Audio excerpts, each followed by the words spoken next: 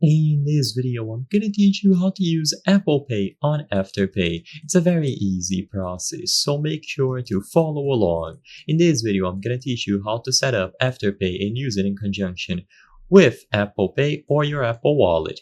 So the main function of this is going to be adding the Afterpay card to your Apple Wallet, which consequently gives you access to the Apple Pay services, and you can choose the Afterpay card as the source of this payment.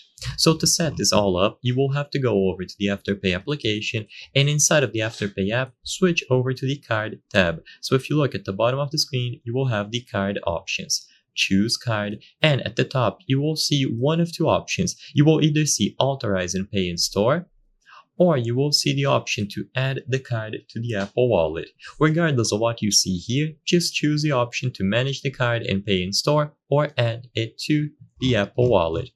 Now, you will be automatically redirected into the wallet with all of the details about the card automatically filled out.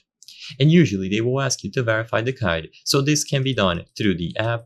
You can receive a text message, you can call them, whatever you prefer. You can choose from one of various verification methods, or if there is only one, then you have to choose it by default and then proceed. If you don't verify the card, then you will not be able to use it.